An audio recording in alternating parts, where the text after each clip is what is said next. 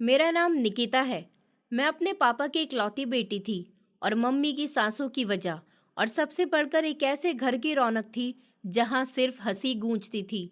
आंखें कभी नम नहीं होती थी। हम शहर में रहते थे।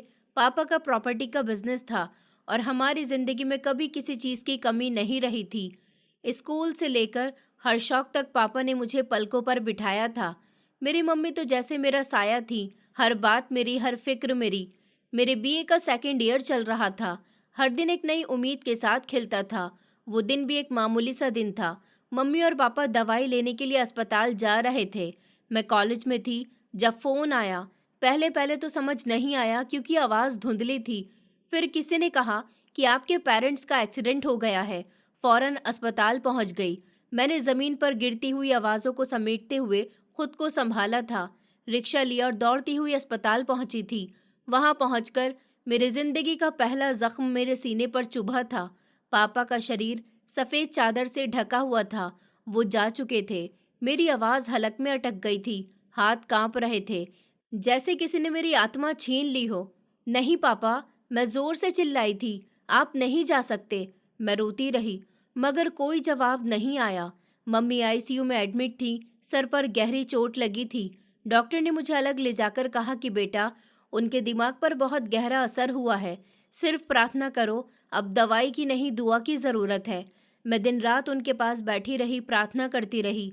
मेरे हर आंसू में सिर्फ एक ही प्रार्थना होती है कि हे भगवान, मेरी मम्मी को बचा ले। मैं अकेली नहीं जी सकती। लेकिन शायद आसमां ने मेरी आवाज़ सुनना छोड़ दी थी। 5 दिन के बाद वो भी चली गई, खामोशी से। मुझे एक बार भी आवाज़ नहीं दी, हाथ नहीं पकड़ा था, आशीर्वाद नहीं दिया था, आंखों में आखिरी बार देखा भी नहीं था। क्रियाक्रम वाले दिन मैं खुद को भी नहीं पहचान सकी थी। सूजी हुई आंखें, बिखरे हुए बाल और हर तरफ रिश्तेदारों की अफसोस भरी नजरें। मेरे ताऊजी गांव से आए थे। वो मेरे पापा के बड़े भाई थे। मम्मी की अर्थी को कांधा देते समय भी मेरी नजरें दरवाजे पर लगी हुई थी कि शायद अभी पापा वापस आ जाएं और कह दें कि ये सब कुछ सपना है। लेकिन ऐसा कुछ नहीं हुआ।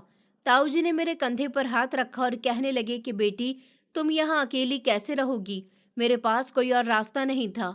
मेरी जिंदगी की बुनियादें एक ही झटके में गिर गई थी। ताऊजी मुझे अपने साथ गांव ले आए थे। पापा के जाने के बाद वही मेरे सर पर अकेला साया थे और मुझे लगा कि शायद यही मेरा नया घर होगा, जहाँ कुछ समय में सब कुछ नॉर्मल हो जाएगा। गांव पहुंचते ही ताई जी ने मेरा सारा सामान एक छोटे से कमरे में रखवा दिया था, जिसमें भेड़ बकरियों का चारा रखा जाता था। अब मेरा ठिकाना यही बन गया था।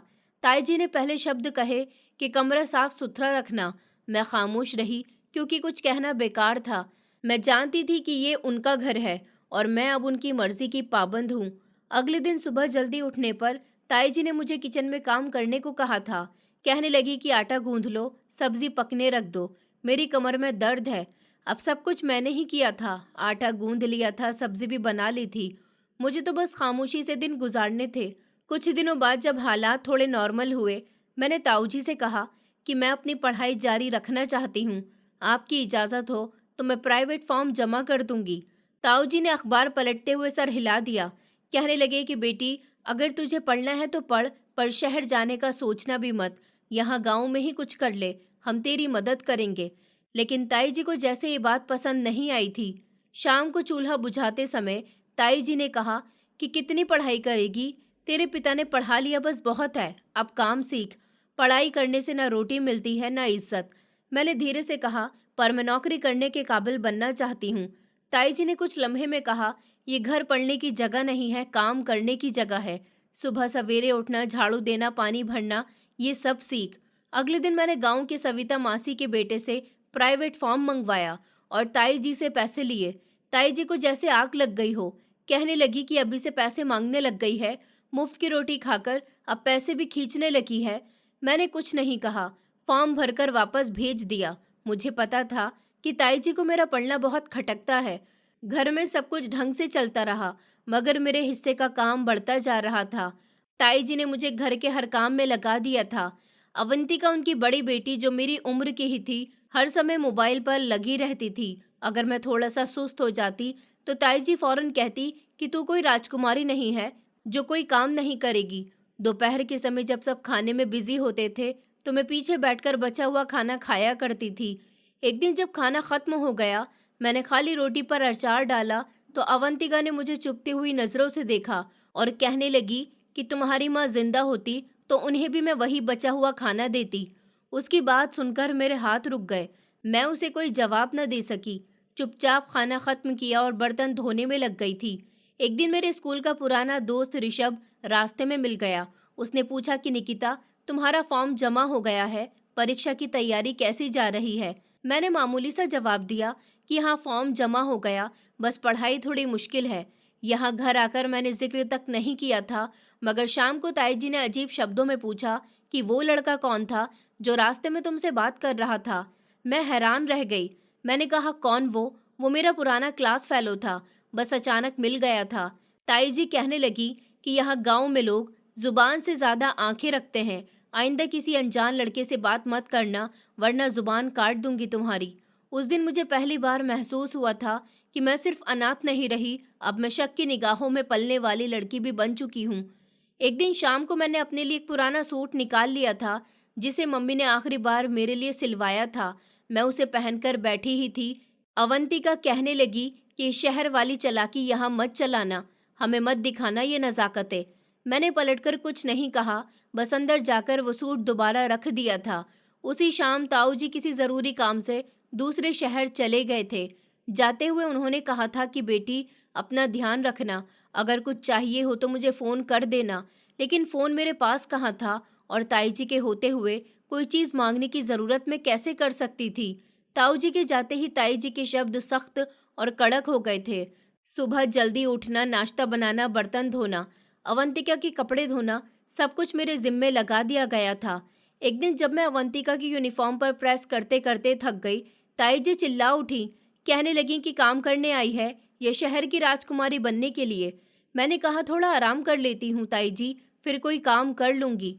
उन्होंने झाड़ू उठाकर मेरे सामने दे मारा और कहने लगी कि यहाँ किसी को आराम नहीं, खास तौर पर तुझ जैसी पराये को, घर के मेहमान को तो बिल्कुल भी नहीं। मुझे अंदाजा नहीं था कि मेरा शहर वाला सपना एक गांव के कमरे में दफन होने जा रहा है।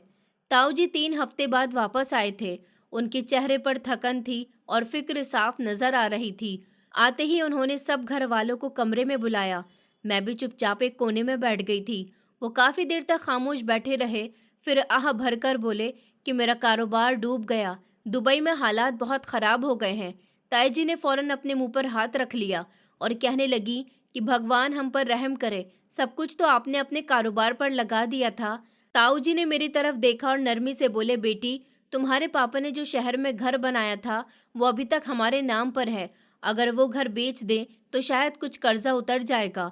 मैं खामोश रही। वो घर मेरे पापा की आखिरी निशानी था, लेकिन उनकी आंखों में जो बेबसी देखी थी उसे देखकर मेरा दिल पिघल गया। मैंने धीरे से कहा, ताऊ जी, अगर उसे बेचने से आपका बोझ हल्का होता है तो बेच दीजिए। ताऊ जी ने मेरा हाथ पकड़ लिया था। कहने लगे कि तुम बहुत अच्छी हो बेटी, तुम्हारा पिता भी तुम पर गर्व करता था।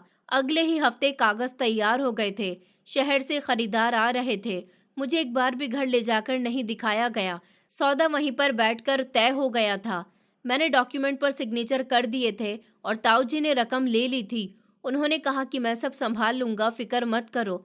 उस रात ताई जी ने पहली बार मेरे लिए अपनी जुबान नरम की थी। उन्होंने कहा कि बेटी, तुमने हम पर बहुत एहसान किया है। मुश्किल समय में जो साथ देता है, असल में वही अपना होता है। मैंने सोचा कि शायद अब हालात बेहतर हो जाएंगे, शायद मेरे साथ सुलूक भी बदल जाएगा। लेकिन अगले ही दिन ताई जी का व्यवहार बदल गया था। वो नरमी सिर्फ एक दिन की थी, फिर वही नसीहतें, वही हुक्म, बल्कि अब तो कुछ और बढ़ चुका था। सुबह 4 बजे मुझे जगा दिया जाता था। उठकर कुएं से पानी भरने जाती थी। ताई जी ने कहा था कि आज बिजली नहीं आएगी और नल बंद रहेंगे। मैंने कहा कि थोड़ी देर अवंतिका को भी कह दीजिए, मैं रात देर से सोई थी। उन्होंने कहा, अवंतिका तेरी नौकरानी है क्या, जो तू उसे हुक्म देगी? ताई जी ने बर्तन जोर से टेबल पर मार दिए थे और कहने लगी कि अब काम का बोझ 2 गुना हो चुका है, इसलिए काम तो तुझे ही करना पड़ेगा। शहर वाला घर जो मेरे दिल का हिस्सा था, अब ताऊ जी की जेब में रकम बन चुका था और मुझे इसका कोई भी फायदा नहीं मिला था। एक दिन जब अवंतिका की फ्रेंड्स घर पर आईं, तो मैं किचन में रोटियां पका रही थी। अवंतिका ने आवाज लगाई कि चाय लेकर आओ और अच्छी चाय बनाना, वरना सबको तुम पर हंसने का मौका मिल जाएगा। मैंने चुपचाप चाय बनाई थी, मगर कप रखने गई तो उसकी एक दोस्त ने मजाक उड़ाते हुए कहा कि अवंतिका, ये तुम्हारी नौकरानी है क्या? अवंतिका ने जोर से हंसते हुए कहा, नौकरानी नहीं, अनाथ कजिन है। वो शब्द मेरे कानों में कांच की तरह चुभ गए थे। उसने आगे कहा, अनाथ कजिन, न रिश्ता रहा न इज्जत रही। शाम को मैंने हिम्मत करके ताऊजी से पूछा था कि इस रकम से मुझे भी कुछ मिल सकता है। मैं प्राइवेट एजुकेशन के लिए कोचिंग सेंटर ज्वाइन करना चाहती हूँ। उन्होंने कहा कि अभी मुश्किल है, पैसे कर्ज चुकाने में लग गए हैं, फिर भी देखेंगे। मैं खामोश हो गई थी। एक दिन ताईजी ने मुझे पुराने कपड़े लाकर दिया और कहने लगी कि अवंतिका के पुराने कपड़े हैं, सिल वालों, गर्मी आ गई है। मैंने देखा कुछ कपड़े फटे हुए थे, कुछ पर तेल के दाग लगे हुए थे। ये पहनने के लायक नहीं है। मैंने हैरानी से कहा। ताईजी ने कहा, क्यों? तेरे बाप की कमाई तो रही नहीं है अब, क्यों नहीं है ये पहनने के लायक? देख तो सही, अच्छे कपड़े, नए कपड़े तो तुझे नहीं मिल सकते। मैं खामोश हो गई थी और वो कपड़े वापस रख आई थी। कमरे में जाकर मैंने दरवाज़ा बंद कर लिया था और खामोशी से बैठ गई थी। मुझे ये सब नहीं मिला होता अगर वो घर ना बेचा जाता, लेकिन मैंने जिस नियत से कुर्बानी दी थी उसका सिला मुझे सिर्फ बेइज्जती की शक्ल में मिला था। ताऊजी अब ज़्यादातर समय खामोश रहते थे। शायद उन्हें आइडिया हो गया था कि उन्होंने मुझसे क्या छीन लिया है। शायद वो भी भूल चुके थे। अब उनका ध्यान दोबारा से कारोबार पर था और मेरा वजूद इस घर के कामों की हद तक हो चुका था। गर्मियों की शुरुआत हो चुकी थी। गांव की दोपहरें सुलगती थी और शायद मैं भी पसीने से भीग चुकी थी। मेरे कपड़ों की हालत खराब हो चुकी थी। मेरे पास एक नीले रंग का सूट था जो खराब हो चुका था। दो कपड़ों के रंग उड़ चुके थे और दुपट्टा तो एक बार कुएं पर गिरने के बाद जैसे कभी अपना वजूद खो बैठा था। एक शाम जब सब खाने के बाद बाहर बैठे थे, मैंने हिम्मत करके ताईजी से कहा कि ताईजी, अगर कुछ नए कपड़े मिल जाएं तो मैं खुद ही सी लूंगी। उन्होंने मेरी तरफ देखा जैसे कोई अजीब सी चीज बोल रही हूँ, फिर जोर से हंसते हुए कहने लगी कि कपड़े तेरे लिए? क्या अब हमारे पैसे तेरे फैशन पर भी लगेंगे? मैं खामोश रही। वो बात वहीं खत्म कर देती तो बात बनती, लेकिन उन्होंने अगले दिन सुबह अवंतिका के फटे पुराने कपड़े मेरे सामने फेंक दिए थे। कहने लगी कि ये पहन ले, नखरे मत कर, हमारे घर में जो है वही मिलेगा। अगर बुरा लगता है तो जंगल में जाकर रह ले। अवंतिका पीछे से बोली, देखो तो, अब कपड़ों की फरमाइश भी शुरू हो गई है इसकी। नौकरानी भी अब रानी बनने लगी है। मैंने कुछ नहीं कहा, बस उन कपड़ों को देखती रही। मम्मी की वो बात याद आई। उन्होंने कहा था कि बेटा, कपड़े इंसान की पहचान नहीं होते, लेकिन सिर्फ साफ सुथरा रहना ही काफ़ी होता है। मम्मी खुद मेरे लिए हर सीज़न में 2-3 जोड़ी नए कपड़े ज़रूर खरीदा करती थी। दिवाली, होली पर तो हर रंग के कपड़े मेरे पास होते थे। नए जूते, महकदार परफ्यूम, मुझे वो दिन याद आते थे तो मेरी आंखों में आंसू आ जाया करते थे, लेकिन मैंने उन्हें खुद पर काबू पाने नहीं दिया था। ताई जी के दिए गए कपड़ों को मैं वहीं छोड़कर अपने कमरे में आ गई थी। अगले दिन जब मैंने फिर पुराना फटा हुआ सूट पहना तो ताई जी ने पूछा कि जो कपड़े दिए थे वो क्यों नहीं पहने। मैंने धीरे से कहा कि वो पहनने के लायक नहीं थे। उन्होंने कहा, अच्छा, तो तू फैसला करेगी कि क्या पहनने के काबिल है? तेरे बाप की कमाई है क्या जो हम तुझे नए कपड़े खरीद कर दें? फिर वो मेरी मम्मी को घसीट लाई थी। कहने लगी, तेरे माँ भी तो ऐसी ही थी, हर समय बनी सवरी और नाजुक बनी रहती थी। तेरी माँ से हमारे गांव में 2 दिन न गुजर सके, अपने पति को लेकर शहर चली गई। अवंतिका खड़े होकर हंसने लगी और कहने लगी कि माँ, इसकी खुद को शहर की राजकुमारी समझने की आदत नहीं गई अभी तक। मैंने नज़र झुका ली थी और जवाब देना फिजूल समझा था। वो दिन मेरे लिए बस एक और बोझ बन गया था। 3 दिन बाद गांव में किसी की शादी हुई थी। ये ताई जी और उनकी बेटियां तैयार हो रही थी। नई चूड़ियां, खुशबू, मेहंदी, सब कुछ था। मैंने पूछा, मैं भी साथ चलूं ताई जी? ताई जी ने मुझे ऊपर से नीचे तक देखा, फिर कहने लगी कि इन कपड़ों में तू जाएगी? हमें शादी में शर्मिंदा करवाएगी क्या? घर बैठ और बर्तन धो। मैंने बस सर हिला दिया था और चुपचाप किचन में लग गई थी। उनके जाने के बाद बर्तन धोते समय मेरा हाथ जल गया था, मगर मैंने पानी नहीं पिया था, न आवाज़ निकाली थी। मेरी आवाज़ें वैसे भी सुनने वाला कौन था? उसी रात जब सब वापस आ गए तो अवंतिका ने एक पैकेट फेंका और कहने लगी कि बचा हुआ केक है, खाना है, तू भी खा ले। तुझे क्या पता शादी कैसी होती है? पहले तो मैंने पैकेट को देखा, फिर उसे वहीं रख दिया। मेरा मन कर रहा था कि एक लम्हे को बस सब कुछ छोड़कर यहाँ से भाग जाऊं, पर किसके पास जाऊं? इस घर में मैं सिर्फ एक शरीर थी जिसे काम के लिए रखा गया था। अभी सुबह जब सब सो रहे थे, मैंने चुपके से मम्मी की चिट्ठी निकाली जो मेरी डायरी के अंदर छुपी हुई थी। उसमें लिखा था कि बेटी, कभी किसी के सामने खुद को कमजोर मत समझना। तुम मेरी परवरिश हो, मैं तुम्हें कभी झुकने नहीं दूंगी। मैंने वो चिट्ठी आंखों से लगाई और फैसला कर लिया कि अब मुझे खामोश नहीं रहना। इन ताने पर, न अवंतिका की मजाक पर, न ताई जी की सख्ती पर। अगले दिन जब अवंतिका ने फिर वही फटे पुराने कपड़े मेरे आगे फेंक दिए, मैंने उसे वापस कर दिया और कहा कि पहनना है तो खुद पहन लो। ताई जी चीखी और कहने लगी, क्या कहा तूने? मैं उनकी आंखों में देखकर कहने लगी कि मैं इंसान हूँ, मेरी भी कोई इज्जत है। अगर आप इज्जत नहीं दे सकती तो मेरी बेइज्जती भी मत कीजिए। अवंतिका गुस्से से बोली, मम्मी, ये तो जुबान चलाने लगी है, इसे जरा सबक सिखाओ। ताई जी मेरे करीब आई, हाथ उठाए, मगर मैं पीछे हट गई। मैंने कहा, मार लीजिए, लेकिन मेरे सवाल खत्म नहीं होंगे। आपने मेरे पिता का घर बेचकर मुझ पर ही एहसान जताए, अब मुझे इस एहसान का बदले इज्जत की भीख तो मत दीजिए। कमरे में खामोशी छा गई थी। शायद वो मेरी इतनी बातों के लिए तैयार नहीं थी। उस दिन मैंने फैसला कर लिया था, या तो इज्जत से जीऊंगी या फिर मर जाऊंगी। 3 दिन पूरी तरह खामोशी में गुजर गए थे। मेरे जवाब के बाद ताई जी ने बातचीत बंद कर दी थी। अवंतिका ने दोपहर के खाने में नमक नहीं डाला था और शाम को ताई जी ने मुझे झाड़ते हुए कहा कि अब जुबान भी लंबी हो गई है तेरी और काम भी भूल गई है। पढ़ लिख कर क्या बनेगी दिमागी इज्जत? मैंने पलटकर कोई जवाब नहीं दिया, पर उस शाम की खामोशी में कुछ अलग था। ताऊ जी 1 घंटे के लिए आए थे, अपने ऑफिस में किसी से मिले और फौरन वापस चले गए थे। रात के खाने के बाद मैं बर्तन धो रही थी कि अवंतिका की आवाज आई। उसने कहा, बधाई हो, तुम्हारा नसीब जाग गया है। सरपंच के बेटे से बात चली है तुम्हारी। मैंने बर्तन धोते से हाथ रोक दिए थे। मैंने कहा, क्या मतलब? अवंतिका ताना देते हुए अंदाज में कहने लगी कि रिश्ता आया है तुम्हारा और तुम्हारी ताई जी मान गई हैं। तुम अब हवेली जा रही हो। अब तुम नौकरानी नहीं, दुल्हन बनोगी। मैंने फौरन ताई जी से पूछा, क्या ये सच है? ताई जी ने बिना मेरी तरफ देखे जवाब दिया कि हाँ, और कोई सवाल मत करना। सरपंच खुद रिश्ता मांगने के लिए आए थे। बहुत इज्जत की बात है। मैंने बात काटते हुए कहा कि सरपंच का बेटा ईशान, वो तो पागल है। सब जानते हैं इस बारे में कि उसने अपनी पहली पत्नी को मार दिया था। मैंने तेज आवाज में जवाब दिया।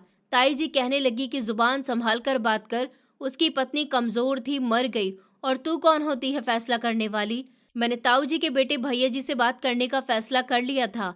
मैंने उनसे कहा कि भैया जी, आप कुछ बोलते क्यों नहीं हैं? मैं किसी पागल के साथ शादी नहीं करूंगी, ये जुल्म है। वो खामोश बैठे रहे, सिर्फ नजरें झुकाकर सिगरेट सुलगाते रहे। उनकी खामोशी चीख से भी ज्यादा अत्याचारी थी। ताई जी ने मेरी कलाई पकड़कर झटक दिया और कहने लगी, जो फैसला हो चुका है वो हो चुका है। सरपंच के घर का रिश्ता है, मेरी बेटी के लिए तो किसी राजकुमार का रिश्ता आएगा। तू वहां के लिए बिल्कुल ठीक है। तेरे जैसी लड़कियां ऐसे ही घरों में सुधारी जाती हैं। मेरे अंदर जैसे आग लग गई थी। मैंने भैया जी के कदमों में हाथ जोड़ दिए। मैंने कहा, बस मुझ पर रहम करो, मुझे मत भेजो, मैं सब कुछ बर्दाश्त कर लूंगी। आप जो कहेंगे मैं वैसा ही करूंगी, लेकिन उस पागल से शादी नहीं करूंगी। वो मुझे मार देगा भैया जी।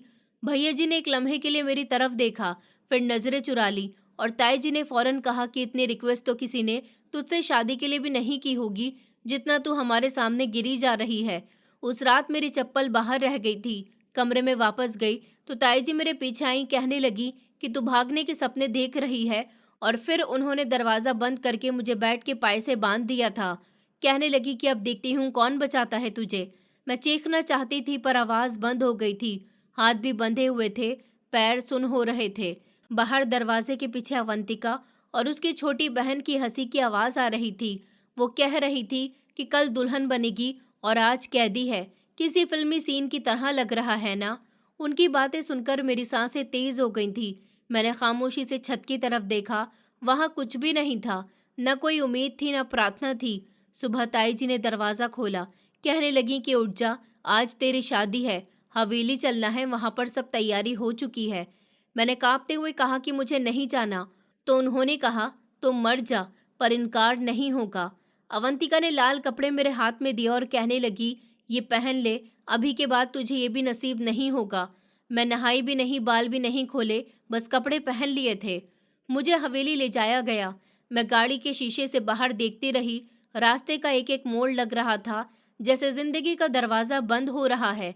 हवेली की दहलीज पर कदम रखा तो बड़ी बड़ी आंखों वाली नौकरानी ने धीरे से कहा, इसी के लिए शादी है। दूसरी बोली, पिछली तो 2 महीने में ही मर गई थी, पता नहीं इस बेचारी के साथ क्या होगा। मैंने सब सुना था लेकिन कुछ कहा नहीं था। पंडित जी बैठे हुए थे, मैंने सर झुका लिया था। मेरे सर पर घूंघट डाल दिया गया था, मुझे कुछ दिखाई नहीं दे रहा था। और फिर धीरे धीरे करके शादी की एक एक रस्म को अंजाम दिया गया।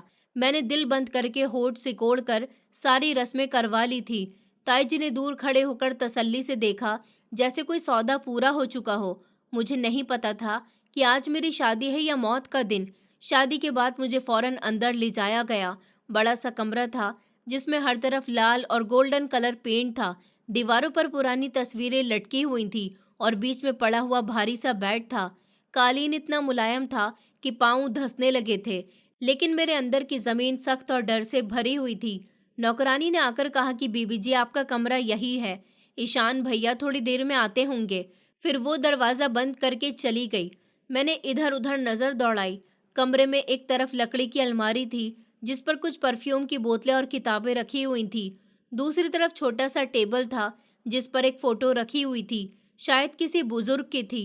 हर चीज़ ढंग से रखी हुई थी, हर चीज़ साफ थी, लेकिन मुझे सुकून कहीं नज़र नहीं आ रहा था। बेड के कोने पर मैं बैठ गई थी। कपड़े अभी भी बोझ लग रहे थे। दुपट्टा बार बार सर से गिर रहा था और बालों में लगी हुई पिन चुभन दे रही थी। हर लम्हा लग रहा था जैसे दरवाज़ा खुलेगा और वो पागल आ जाएगा। बाहर से कदमों की आवाज़ सुनाई दी, कोई आ रहा था। दिल धड़कने लगा, सांस फूलने लगी। दरवाज़ा धीरे से खुला और अंदर एक सीरियस चेहरे वाला लड़का दाखिल हुआ था, साफ और सिंपल कपड़ों में। उसकी नज़रें ज़मीन पर थीं। उसने आकर दरवाज़ा बंद किया, जूते उतारे और बेड के दूसरे किनारे पर बैठ गया। कुछ लम्हे खामोशी में गुजर गए थे। उसने धीरे से कहा, तुम डरी हुई हो। मैंने नज़र उठाकर देखा। सामने जो बैठा था वो पागल नहीं लग रहा था, न कोई दरिंदा था। वो पूरी तरह से नॉर्मल इंसान था और सिंपल भी, पढ़ा लिखा इंसान लग रहा था। उसने कहा, मैं कुछ नहीं कहूँगा, तुम आराम कर लो, और ख़ुद खामोशी से दूसरी तरफ रुख करके बैठ गया था। मुझे यकीन नहीं आया था ये वही ईशान है जिसके बारे में सब कह रहे थे कि ये पागल है, जिसने अपनी पहली पत्नी को मार दिया था। मैंने धीरे से सवाल किया कि आप ईशान हैं? उसने सर हिलाया और कहने लगा कि हाँ। मैंने कहा, लोग कहते हैं कि आप पागल हो। वो पहली बार मुस्कुराया और कहने लगा कि हाँ, लोग तो ऐसा ही कहते हैं और शायद कहते रहेंगे। मैंने नज़र झुका ली थी। मेरे अंदर बात करने की हिम्मत बाकी न रही थी। कुछ देर बाद वो उठा, किताबों की तरफ गया, एक किताब निकाली और पढ़ने लगा। और कोई आवाज़ नहीं की थी, कोई शोर नहीं था, कोई ज़बरदस्ती नहीं थी। मुझे तो ऐसा लग रहा था जैसे मैं वहाँ हूँ ही नहीं। कमरे में सिर्फ पंखे की आवाज़ थी और किताब के पन्ने पलटने की हल्की सी सरसराहट आ रही थी। वक्त गुजरता रहा। मैं हैरानी में गुम थी। दिल में सवाल उबल रहे थे पर जुबान बंद थी। क्या ये कोई नया खेल है? क्या सच में कुछ और है जो छुपा हुआ है? दूसरी सुबह मैं उठी, तब तक वो जा चुका था। नौकरानी आई और कहने लगी कि ईशान भैया रोज सुबह जल्दी निकल जाते हैं फार्म हाउस पर, शाम को ही वापस आते हैं। मैंने धीरे से पूछा, ये सब यहाँ उनके बारे में लोग ऐसा क्यों बोलते हैं? नौकरानी ने पहलू बदला और कहने लगी कि भाभी जी, यहाँ हर किसी की जुबान है, कोई दिल नहीं देखता। आप सब कुछ समझ जाएंगी वक्त के साथ साथ। दिन ऐसे ही गुजरने लगे थे। ईशान दिन में नजर नहीं आता था। रात को आकर खामोशी से किताबें पढ़ता था और बस वो बोलता नहीं था, ना कुछ बोलता था, ना किसी काम पर जोर देता था। कभी कभी चाय मांग लेता था, कभी खामोशी से गाने सुनता था। एक दिन जब वो बाहर बैठा हुआ था, मैंने उसके कमरे की हर चीज़ ध्यान से अच्छी तरह से देखी। चीज़ें अपनी जगह अलमारी में, कपड़े ढंग से रखे हुए थे, जूते एक लाइन में रखे हुए थे, टेबल पर हर चीज़ अपने हिसाब से थी। मैंने पानी का जग हल्का सा हिलाया तो वो फौरन पलटकर कहने लगा कि प्लीज़, आई रिक्वेस्ट यू, इसे यहीं पर रहने दो। उसने नरमी से कहा था कि मैं अपनी जगह नहीं बदलता वरना मेरा दम घुटता है। तब मुझे पहली बार लगा कि मामला कुछ और है। शायद ये पागलपन नहीं, कुछ और है, किसी दिमागी हालत का असर है। मैंने फैसला कर लिया था कि खामोश रहकर सब समझने की कोशिश करूंगी। रात को जब वो सो रहा था, मैंने चुपके से अलमारी के अंदर झांका। एक पुरानी डायरी रखी हुई थी और साथ ही एक दवा की पर्चियाँ भी थी। मैंने पढ़ने की कोशिश की लेकिन अचानक दरवाजे की चिड़चिड़ाहट सुनाई दी थी। मैं फौरन पीछे हट गई थी। दिल धड़क रहा था, लेकिन उसने कुछ नहीं कहा, बस पानी पिया और दोबारा लेट गया था। अब डर कम होने लगा था और सवाल बढ़ने लगे थे। ये लड़का जो सबकी नज़र में पागल है, आखिर इतना बेफिक्र और इतना खामोश क्यों है? कोई ना कोई बात तो ज़रूर है जो मुझे खुद जाननी है। जब वो कमरे में दाखिल हुआ, मैंने मौत को अपने सामने खड़ा हुआ पाया था, लेकिन शायद ये मौत नहीं थी, कोई नई हकीकत थी जो अभी पूरी तरह सामने आना बाकी थी। शादी के तीसरे दिन ईशान ने मुझे नाश्ते के लिए बुलाया था। वो डाइनिंग टेबल पर बैठा अखबार पढ़ रहा था और सामने नाश्ता ढंग से रखा हुआ था। अंडे, जूस, ब्रेड और साथ में दूध भी था। उसने अखबार से नज़र उठाकर बस इतना कहा कि आप बैठिए, मैं चाय बनवा लेता हूँ। मैं खामोशी से कुर्सी खींचकर बैठ गई थी। वो किसी तरह की नज़र से घूर रहा था। न उसकी जुबान में सख्ती थी, उसका व्यवहार बिल्कुल मामूली सा था, जैसे दो जानने वाले रूटीन की जिंदगी में एक ही जगह रह रहे हों। ईशान ने अचानक सवाल किया, आपको यहाँ कोई तकलीफ तो नहीं? मैंने मामूली सा जवाब दिया, नहीं। उसने कहा, अगर हो तो बता देना। मेरी माँ ज्यादा समय हवेली में रहती है और उनकी कुछ बातें तुम्हें सख्त भी लग सकती हैं। मैंने कहा, लेकिन आपकी माँ ने तो अब तक मुझसे कोई बात भी नहीं की है। मैंने सच कहा था। ईशान हल्का सा मुस्कुरा दिया था और कहने लगा, यही बेहतर है। उसकी आंखों में बेहद गहराई थी, जैसे वो हर चीज को परख रहा हो, मगर बोलता कुछ नहीं था। ना तो बेकाबू होता था, ना चीखता था, न किसी चीज को तोड़ता था। एक पूरा नॉर्मल और सीरियस लड़का था। मैं अब रोज उसकी आदतें नोट करने लगी थी। वो सुबह जल्दी उठ जाता था, चुपचाप तैयार होता था, किताबें बैग में रखता था और फार्म हाउस चला जाता था। दोपहर को खाने पर वापस नहीं आता था, रात को भी जल्दी सो जाता था। उसकी हर एक हरकत देखकर मेरे दिल में सवाल पैदा होने लगे थे। एक दिन जब वो सो रहा था, मैंने किताबों की अलमारी के नीचे एक पुराना सा डिब्बा देखा था। उसे खोल कर देखा तो अंदर दवाई की पर्ची थी, कुछ अस्पतालों की रिपोर्ट थी और एक नोटबुक थी। रिपोर्ट्स के मुताबिक वो बचपन में दिमागी दबाव से गुजर चुका था, मगर कोई पागलपन वाली बात नहीं लिखी हुई थी। नोटबुक में लिखा था कि मुझे सुना नहीं गया, इसलिए मैंने बोलना छोड़ दिया। उन शब्दों ने मुझे रोक दिया था। कोई इंसान जो सच में बीमार हो, वो इस तरह की बात तो नहीं लिख सकता। कुछ गड़बड़ तो जरूर थी। उसी दिन दोपहर के समय हवेली की दो नौकरानी आंगन में बातें कर रही थी कि पहले वाली पत्नी भी ठीक थी, बस बेचारी ईशान भैया की माँ की नज़रों में खटक गई थी। दूसरी कहने लगी कि ईशान भैया के साथ तो कोई परेशानी नहीं है, असली गड़बड़ तो उनकी माँ में है। मेरी नज़रें फौरन दरवाजे की तरफ चली गई थी, लेकिन वो लोग जा चुकी थी। मैंने नोट कर लिया था कि ईशान की माँ जब घर में होती थी तो ईशान थोड़ा बेचैन सा हो जाता था। उसकी नज़रों में घबराहट होती थी। वो बार बार कमरे के दरवाजे चेक करता था और खुद को अलग कर लेता था। अगली रात मैंने उसे डायरेक्टली सवाल किया कि सच में आपके बारे में सब जैसा कहते हैं आप वैसे थे? वो खामोश हो गया था। फिर कुछ लम्हे के बाद कहने लगा, कभी आपको इतना अकेला छोड़ा गया है कि आप खुद को समझने लगे? मैंने कहा, क्या मतलब? उसने कहा, मेरे पिताजी ज्यादा समय बाहर रहते थे और सौतेली माँ ने मुझे कभी अपना बेटा स्वीकार नहीं किया। मैं छोटा था जब मेरी सगी माँ मर गई थी। उसके बाद बस हर बात पर डांट और हर एहसास पर ताना। एक वक्त आया कि मैंने बोलना छोड़ दिया था। फिर जब मैं कुछ संभला तो उन्होंने मुझे पागल कहना शुरू कर दिया। मैंने कहा, और आपने कुछ नहीं कहा? उसने कहा, किससे क्या कहता? वो मुस्कुराया और कहने लगा, पिता सुनते नहीं थे, माँ सिर्फ शक करती थी। फिर एक दिन मेरी पत्नी।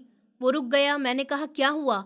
वो कहने लगा, मेरी पत्नी हार्ट पेशेंट थी। एक रात उसे दिल का दौरा पड़ा, मैं घबरा गया, चीखा चिल्लाया, शोर मचाया, मगर वो मर चुकी थी और मैं मुजरिम बन गया। किसी ने कुछ नहीं पूछा, बस यकीन कर लिया। क्योंकि मैं बचपन से खामोश रहता था, इसलिए सबने समझा कि मैं सच में पागल हूँ। मेरे सामने अब तस्वीर साफ हो रही थी। ये इंसान बीमार नहीं था, बल्कि जख्मी था। उसकी पहचान पर छाए हुए सवाल किसी दिमागी परेशानी की वजह से नहीं थे, बल्कि एक पारिवारिक रंजिश और लापरवाही की पैदावार थे। मैंने ताई जी की बातें याद की, उनका वो गुस्सा, उनका व्यवहार, और उन्होंने ज़बरदस्ती मेरी शादी करवाई। ये सब कुछ उनकी एक चाल थी या फिर किसी बड़ी साजिश का हिस्सा था? अब मेरे लिए ये सिर्फ जिंदगी का सवाल नहीं था, ये एक सच तलाश करने की जंग बन चुकी थी और मैं ये जंग जीतना चाहती थी।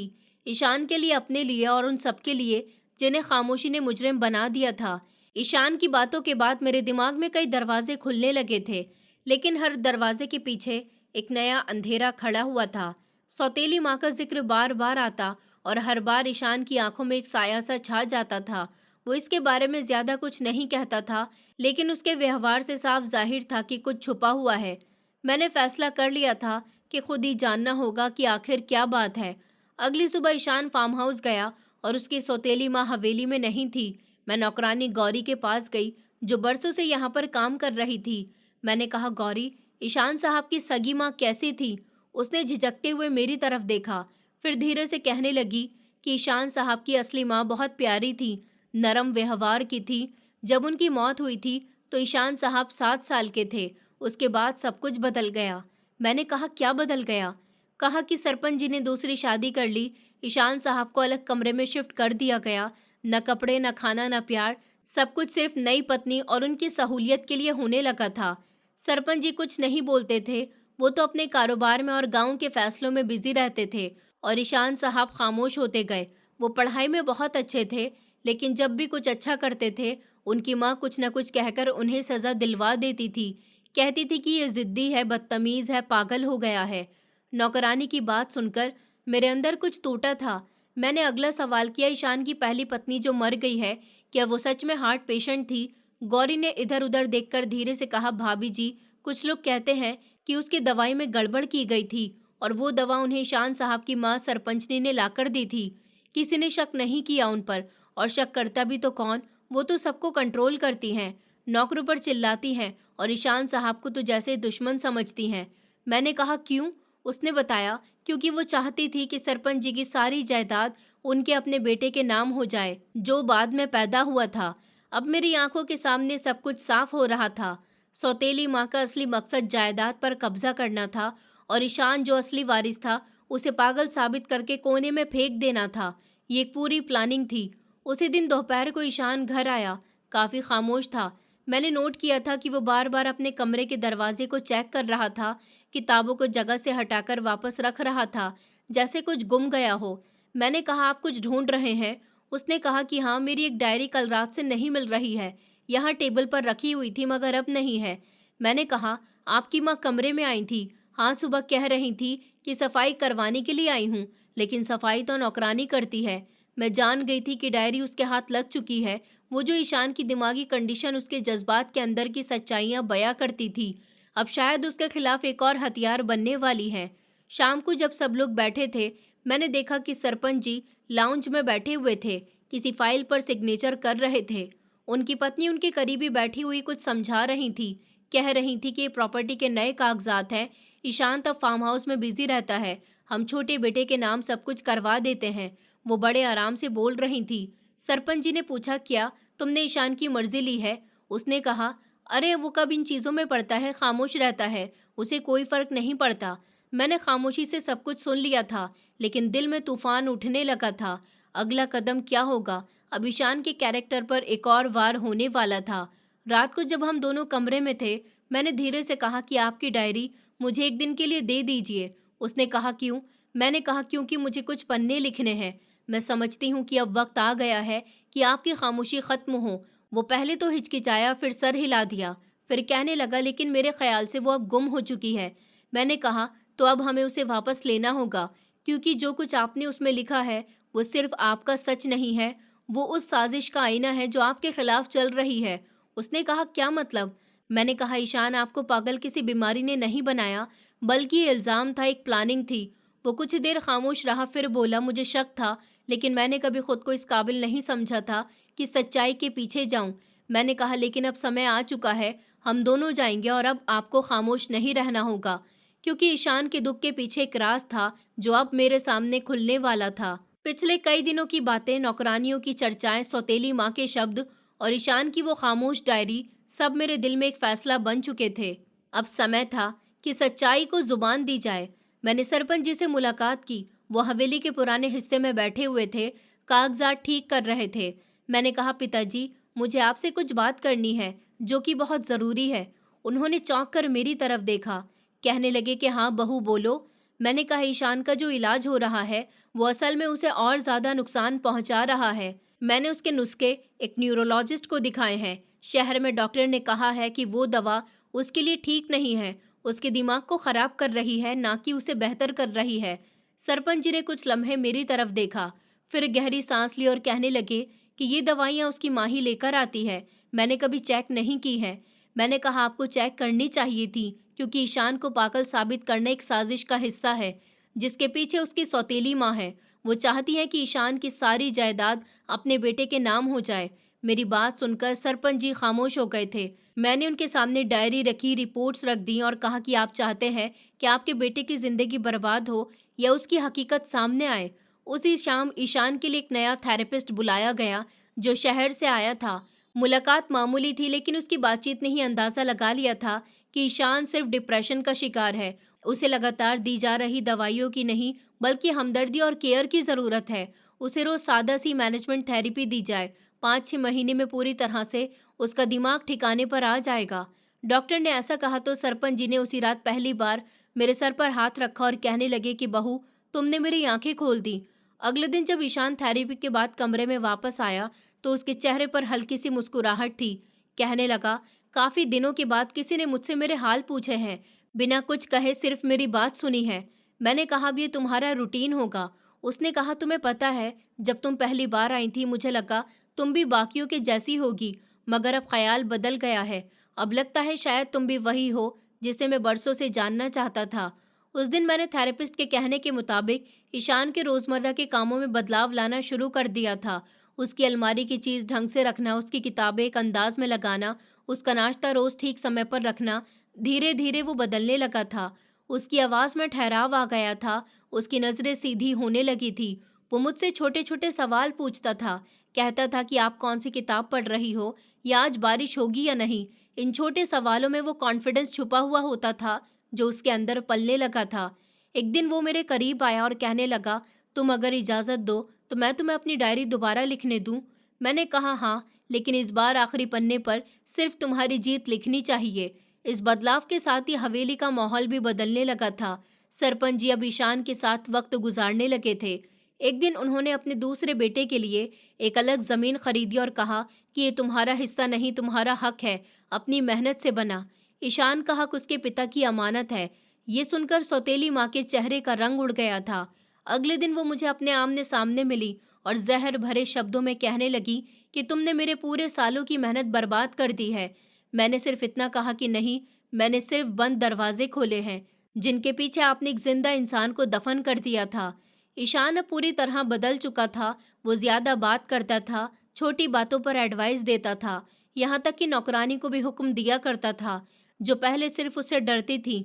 एक दिन जब हम दोनों गार्डन में बैठे हुए थे, ईशान ने खुद बात शुरू की और कहने लगा कि तुम्हें मेरी पहली पत्नी के बारे में सब कुछ जान लेना चाहिए। मैंने सर हिलाया और कहा, मुझे जानने से कोई डर नहीं, लेकिन आधा सच बर्दाश्त करना मुश्किल होता है। उसने एक गहरी सांस ली और बताया कि उसका नाम रागिनी था। मेरी उसके साथ लव मैरिज नहीं थी, अरेंज मैरिज हुई थी। वो दिल की मरीज थी। अक्सर उसे चक्कर आते थे, कमजोरी होती थी और उसका मिजाज भी बहुत जज्बाती था। शादी के बाद जब वो यहाँ आई तो उसे यहाँ के माहौल में सख्त नफरत हो गई थी। मेरी सौतेली माँ ने उसे हर समय तंग करना शुरू कर दिया था। कभी खाने में नमक कम, कभी कमरे में सफाई का बहाना, कभी उसकी बेइज्जती करना। मैंने कहा, तो तुमने कुछ नहीं कहा? उसने कहा, मैं तब भी खामोश रहा, बस सुन लेता था, चुप रहता था।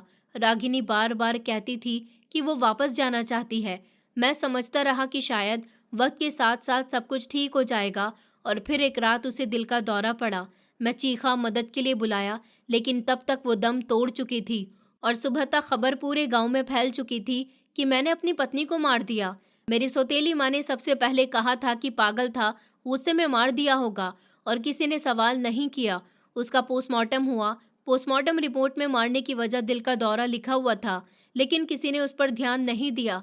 बदनामी का दायरा मुझ पर खींच दिया गया।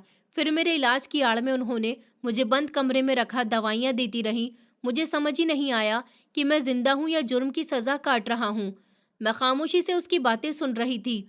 उसकी सौतेली माँ के चेहरे के पीछे जो किरदार छुपा हुआ था अब साफ जाहिर हो चुका था। उसने सिर्फ ईशान को दुनिया के सामने पागल साबित किया, बल्कि अपने बेटे के लिए विरासत का रास्ता भी चुन लिया था।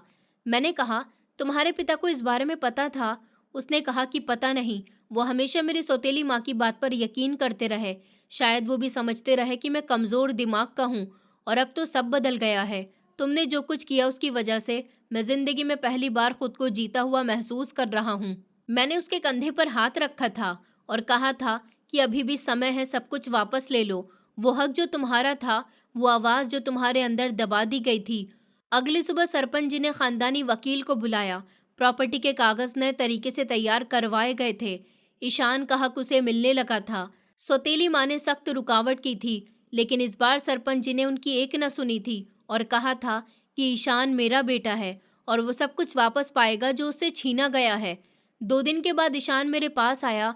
उसके हाथ में एक पुरानी फाइल थी और कहने लगा कि ये मेरे स्कूल के सर्टिफिकेट्स हैं, कॉलेज की मार्कशीट है और एक पुरानी फाइल है जिसमें मैंने कभी एजुकेशन पूरी करने की ख्वाहिश दर्ज की थी। मैंने कहा, तो फिर क्या करने का इरादा है? उसने कहा कि मैं चाहता हूँ मैं अपनी शिक्षा दोबारा से शुरू करूँ, अपनी पहचान खुद बनाऊँ, सिर्फ सरपंच का बेटा नहीं, एक पूरे इंसान के तौर पर दुनिया के सामने आऊँ। मैंने हंसते हुए कहा, और इस यात्रा में एक साथी तुम्हारे साथ है। उस रात हमने फैसला कर लिया था कि अब समय है गांव वापस जाने का। मुझे ताई जी से अपना हिसाब चुकाना था। वही जिन्होंने मुझे बेचा था, धोखा दिया था, मेरी इज्जत और चाहत दोनों को रौंद दिया था। मैंने कहा, ईशान तुम मेरे साथ चलोगे? उसने कहा, तुम जहाँ जाओगी मैं वहाँ तुम्हारे साथ हूँ। अब मैं तुम्हें कभी अकेला नहीं छोड़ सकता। हमने सफ़र की तैयारी शुरू कर दी थी। ईशान ने सरपंच जी से इजाज़त ली थी और अगली सुबह हम हवेली की गाड़ी लेकर गांव की तरफ रवाना हो गए थे। सारे रास्ते मेरी आंखों के सामने वो पुराना कमरा घूमता रहा, वो पुराने कपड़े, वो बर्तन, वो जहर भरे शब्द। जब गाड़ी गांव पहुंची तो मैंने वही दरवाजा देखा जहां से मुझे जबरदस्ती भेजा गया था। ताई जी आंगन में बैठी थी। हमें देखकर पहले पहचान ही नहीं सकी, फिर चेहरे पर हैरानी और परेशानी भरे एक्सप्रेशन आ गए। मैंने कहा, नमस्ते ताई जी। उन्होंने जल्दी से कहा कि तू यहाँ क्या कर रही है? मैंने कहा, हिसाब बराबर करने के लिए आई हूँ। यह है ईशान, मेरा पति, सरपंच जी का बेटा, वो पागल जो आज पूरी प्रॉपर्टी का अकेला वारिस है। ये सुनकर तो ताई जी की नजरें झुक गई थी। अवंतिका दरवाजे के पीछे खड़ी हुई थी, जिसकी शादी अब एक नशेड़ी के साथ हो चुकी थी और जिसका वही ताना, वही हंसी अब खामोशी में बदल गई थी। मैंने कहा, अब मैं जा रही हूँ।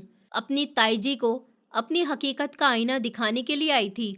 गांव में कदम रखते ही वो नजरों का वजन दोबारा महसूस हुआ था, मगर इस बार नजरें वैसी नहीं थी जैसे पहली थी।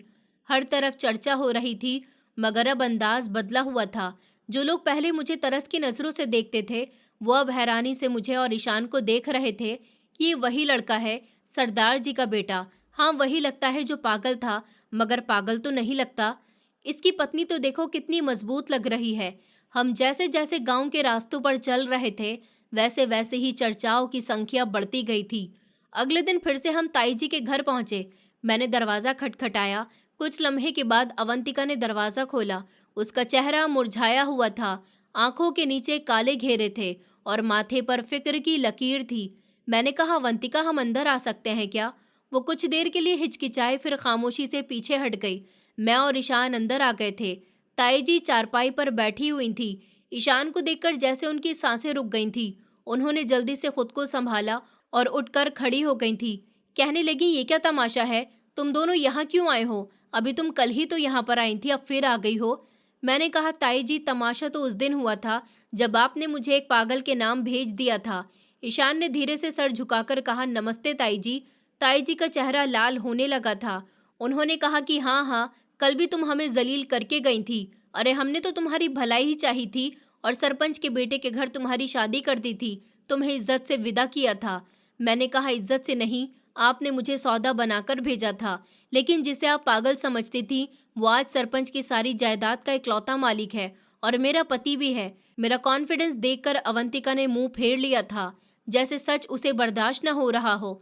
मैंने उसकी तरफ देखा और कहा, तुम्हारी शादीशुदा जिंदगी कैसी चल रही है? अवंतिका की नज़र जमीन पर जम गई थी। उसने कहा, शादी नहीं, नर्क है। वो नशेड़ी जो रात को दरवाजे तोड़ कर आता है और दिन में मेरी जेबें टटोलता है। और ताई जी का हर शब्द हार का रूप ले चुका था। उन्होंने कहा, अच्छा तुम यहाँ क्या लेने आई हो? मैंने कहा, अब तो मुझे आपसे कुछ भी नहीं चाहिए, सिर्फ ये बताने के लिए आई हूँ कि जिन्हें कमज़ोर समझा जाता है वो सर उठाकर जीते हैं और जिन्होंने जुल्म किया होता है वो सर झुकाकर जीते हैं। ईशान ने मेरी तरफ देखा जैसे पूछ रहा हो, अब चलें? मैंने गर्दन हिलाई। जाने से पहले दरवाजे के पास एक लम्हा रुकी। वही दरवाज़ा जहाँ खड़े होकर मैंने नए कपड़े मांगे थे और फटे कपड़े मेरी तरफ फेंक दिए गए थे। दरवाज़ा पार करते ही बाहर गांव के कुछ पुराने चेहरे नजर आए थे। सविता मासी, जिन्होंने कभी कहा था कि अनाथों को सर छुपाने की जगह मिल जाए तो शुक्र करना चाहिए, आज वो मेरे करीब आई और कहने लगी कि बेटी, हमने तो जो सुना वही समझा था। तुम्हारे भाग्य का सितारा तो चमक गया है। ईशान तो बहुत पढ़ा लिखा और सुलझा हुआ लड़का निकला। मैंने जवाब दिया, वो पागल नहीं था, बल्कि उसे पागल समझा गया था। वो दिन गांव में जैसे एक नई कहानी की शुरुआत था। एक शाम जब हम वहां के पुराने चाय वाले की दुकान पर बैठे थे, ईशान ने धीरे से बताया, यही वो जगह है जहां तुम्हारे ताऊजी मुझे लेकर जाया करते थे। हाँ, यहाँ पर बैठकर लोगों को कहते थे कि ये हमारा पागल दामाद है। मुझे तो खुद पर हंसी आती है। ईशान ने मुस्कुराकर कहा था। मैंने कहा, अब वो हंसी वापस ले लो, अब बस खामोशी काफी है। उसी दौरान कई जानने वाले हमसे मिलने आए थे, कुछ पुराने टीचर जो स्कूल के दिनों से जानते थे। कहने लगे, मुझे पता था ये लड़का अलग है, पर जुबान बंद थी। घर वाले कहते थे दिमागी पेशेंट है। ईशान ने जवाब दिया, जब घर वाले ही साथ नहीं दे तो बाहर वाले क्या करें। हम गांव में 2 दिन रुके थे। हर दिन के साथ ईशान के चेहरे पर सुकून बढ़ता गया था और ताई जी की हालत बिगड़ती जा रही थी। न उनके पास कोई बहाना था, न कोई जवाब था। मैंने कोई बदला नहीं लिया था। मेरी आवाज़ बुलंद थी, लेकिन खामोशी से ये साफ कर दिया था कि इज्जत मांगने से नहीं, बनाने से मिलती है। गांव के लोग अब हाथ जोड़कर हमें विदा करने के लिए आए थे। उन्हीं रास्तों से गुजरकर जिन पर एक दिन मेरा वजूद बोझ लगता था, आज मेरा नाम कॉन्फिडेंस की मिसाल बन चुका था। गांव से वापसी के बाद ईशान के शब्दों में जो नरमी थी, वो अब मोहब्बत में बदल चुकी थी।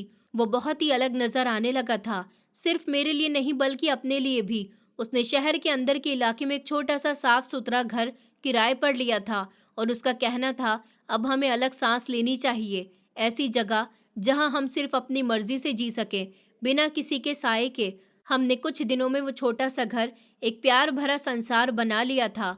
लकड़ी के छोटे से केबिन, खिड़की से दाखिल होते हुई धूप और एक छोटा सा कोना जहाँ पे पढ़ाई की किताबें रखी थी। ईशान ने पूरी तरह से दवाई लेनी बंद कर दी थी। थेरेपी हफ्ते में 2 बार जारी थी और डॉक्टर से भी हम लोग मुलाकात करते थे। वो मुझसे मामूली सी बात करता था, लेकिन उसकी बातों में एक यकीन होता था, लेकिन उसकी बातों में विश्वास होता था। एक दिन ईशान ने कहा कि मैं चाहता हूँ कि मैं भी अपनी पढ़ाई पूरी करूँ और तुम भी। ये सुनकर मुझे खुशी हुई थी और फिर मैंने पढ़ाई के लिए अपना फॉर्म जमा करवा दिया था। 1 साल में ही ईशान ने अपना बिजनेस शुरू कर लिया था। उसने कहा था कि मेरे पिता का फार्म हाउस जो मेरे पिता ने छोड़ा था, मैं उसे इस्तेमाल में लाना चाहता हूँ। मैंने उसके लिए एक बिजनेस प्लान टाइप किया था अपने पुराने लैपटॉप पर, जो मैंने खुद अपनी जमा पूंजी से लिया था। दोनों ने साथ बैठकर फ्यूचर के सपनों की शुरुआत कर दी थी। एक दिन सरपंच जी हमें मिलने आए थे। उसके साथ ईशान की सौतेली माँ भी मौजूद थी। मैंने दरवाज़ा खोला तो उनकी नज़रें झुकी हुई थी। वो अंदर दाखिल हुई बिना किसी घमंड के। कहने लगी कि बेटा, मैं तुमसे कुछ कहना चाहती हूँ। उन्होंने ईशान की तरफ देखकर कहा। ईशान खामोश रहा, बस सर हिला दिया।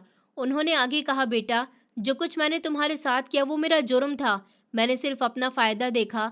तुम्हारी माँ होने का दावा किया था, मगर माँ जैसा प्यार तुम्हें नहीं दिया। ईशान ने जवाब दिया कि पिताजी ने सब कुछ मुझे दे दिया, लेकिन जो आपने छीना वो बरसों तक वापस नहीं आएगा। वो कहने लगी, मैं जानती हूँ, लेकिन ऊपर वाले ने तुम्हारी जिंदगी में निकिता को भेजकर मुझे माफ करने का एक रास्ता दिया है। ईशान ने मेरी तरफ देखा। मैंने हल्का सा सर हिला दिया था और कहा कि माफ करना कमजोरी नहीं होती, खास तौर पर जब किसी की आंखों में शर्मिंदगी दिखाई दे रही हो। वो दिन हमें एक मोड़ पर ले गया था। बीते हुए समय से जुड़ा हुआ जरूर था, मगर झगड़ा हुआ नहीं था। मैंने शिक्षा पूरी करने का वादा किया और आखिरकार मेरी कामयाबी पूरी हो गई थी। सर्टिफिकेट हाथ में लेकर जब मैं ईशान के सामने खड़ी हुई तो वो खामोशी से मुझे देखता रहा और कहने लगा, अब तुम डिग्री होल्डर हो और अब तुम बिजनेस वुमेन बनो। वो मुस्कुरा दिया था। उसकी आंखों में वो रोशनी थी जो पूरे इंसान की होती है। 1 साल बाद ईशान का फार्म हाउस पूरी तरह से एक छोटे ऑर्गेनिक प्रोजेक्ट में बदल चुका था। मार्केट में उसके फ्रूट्स और सब्जियां जा चुकी थी। गांव के लोग अब उसके साथ काम कर रहे थे, जिनमें वही नौकर भी थे जो कभी उस पर हंसते थे। एक शाम हम फार्म हाउस के बाहर बैठे चाय पी रहे थे। सूरज ढल रहा था। मैंने ईशान से पूछा, क्या तुम अब खुद को पूरी तरह से नॉर्मल महसूस करते हो? उसने कहा, नॉर्मल कोई नहीं होता, लेकिन अब मैं अधूरा भी नहीं हूँ। मैंने कहा, और मैं कौन हूँ? उसने कहा, तुम वो हो जिसने मुझे मेरे अंदर से निकाला। मैंने चाय का कप नीचे रखा और आसमान की तरफ देखा और कहा, ईशान, जो सफ़र हमने तय किया है वो सिर्फ हमारा नहीं, उन सबका है जो कमज़ोर समझे जाते हैं, जिन्हें आवाज़ नहीं दी जाती, ये जो जुबान बंद करके जीते हैं। उसने कहा, तो तुम अब लिखो अपनी कहानी। मैंने सर हिला दिया था। वो दिन था जब मैंने अपनी ज़िंदगी के हर पन्ने को सच्चाई से जोड़ना शुरू कर दिया था। मैंने एक छोटा सा ब्लॉग शुरू किया था जहाँ मैं अपनी ज़िंदगी के एक्सपीरियंस लेती हूँ, गांव की लड़कियां मुझसे एडवाइस लेने लगी थीं। कुछ ने लिखने की हिम्मत की, कुछ ने शिक्षा जारी रखने की हिम्मत की। वही निकिता जो कभी फटे पुराने कपड़ों पर एहसान झेलती थी, अब दूसरों के लिए हौसले की वजह बन गई थी। मैं जानती हूँ कि दुनिया को बदलना मुश्किल है, लेकिन खुद को बदलना पहला कदम होता है। मैं निकिता हूँ, जिसे सब कमजोर समझते थे, लेकिन मैं कमजोर नहीं थी। सिर्फ वक्त ने मुझे मजबूत बना दिया था। जुल्म चाहे जितना भी गहरा हो, सच्चाई और हौसला रास्ता खुद बना लेते हैं। जो खुद पर भरोसा करते हैं, वो वक्त के साथ अपनी किस्मत भी बदल सकते हैं। दोस्तों, उम्मीद करती हूँ आपको हमारी कहानी पसंद आई होगी। कहानी पसंद आई है तो वीडियो को लाइक करें, चैनल पर नए हैं तो चैनल को सब्सक्राइब करें और हाँ, नोटिफिकेशन बेल को ज़रूर दबाएं ताकि अगली अपडेट सबसे पहले आपको मिले।